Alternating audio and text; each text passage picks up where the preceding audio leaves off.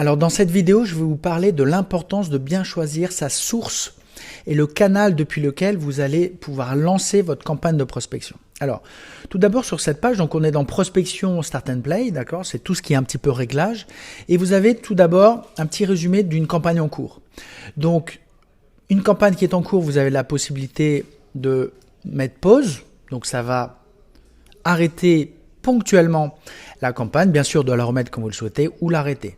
Vous avez dans ce petit encart quelques informations importantes comme les leads, les prospects que vous allez dans le futur contacter. Il faut savoir que c'est à peu près 40 personnes que vous allez contacter par jour en moyenne.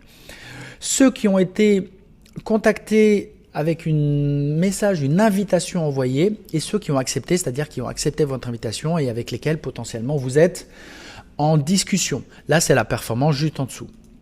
Alors, vous avez trois sources. Première, deuxième, troisième source.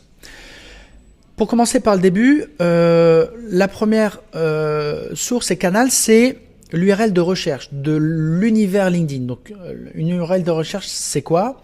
Vous allez sur LinkedIn, vous faites une recherche, donc par exemple les directeurs commerciaux sur Bordeaux, vous lancez votre recherche. Donc, vous avez aussi divers filtres qui sont moins importants et nombreux que Sales Navigator, mais vous lancez votre prospection. Et là, extrêmement simple, vous prenez l'URL de recherche qui correspond à cette recherche-là et à ces leads-là, et vous copiez-collez cette URL ici.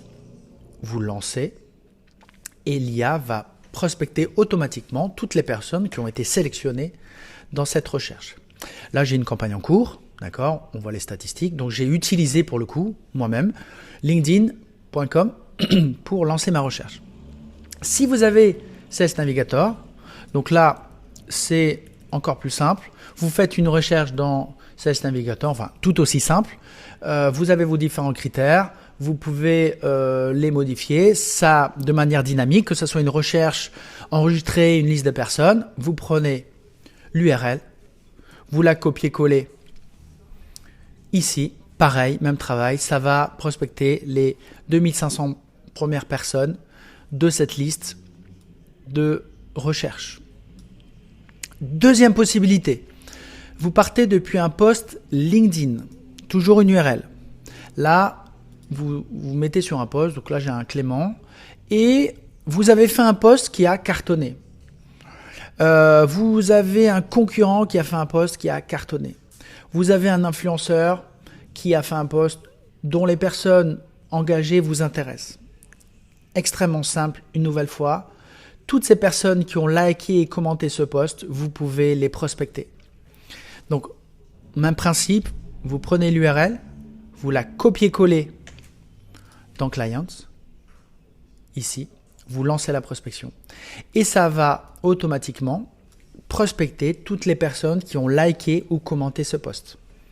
Bien sûr, avec les instructions, les messages que vous avez configurés précédemment dans Prospection Instruction. Troisième possibilité, lorsque vous êtes client payant de Clients, on vous fournit de base, au minimum, un fichier de 800 prospects qualifiés. Ces 800 prospects, c'est de ce type.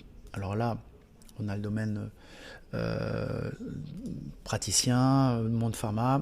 Prenons un exemple des CEO. Donc là, bon, c'est une liste un peu plus importante qu'on a livrée, mais avec nom, prénom, information de la personne, biographie, headline, le profil LinkedIn, les informations sur l'entreprise, etc. Bref, vous prenez ce fichier. Alors, tout simple, hein, fichier téléchargé CSV.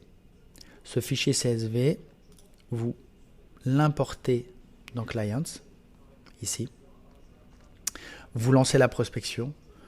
Votre IA va prospecter toutes les personnes qui sont dans ce fichier, une à une, avec des messages différents, parce que le nom, le prénom, l'entreprise, la biographie, l'histoire de la personne est différente, donc les messages de fait seront différents. Petite astuce, si vous souhaitez enlever certaines personnes, bon, ça c'est très facile. Premièrement, il vous suffit de supprimer une colonne.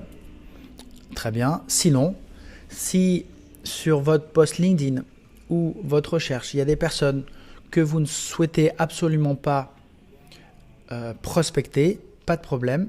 il suffit individuellement de mettre des petites étoiles.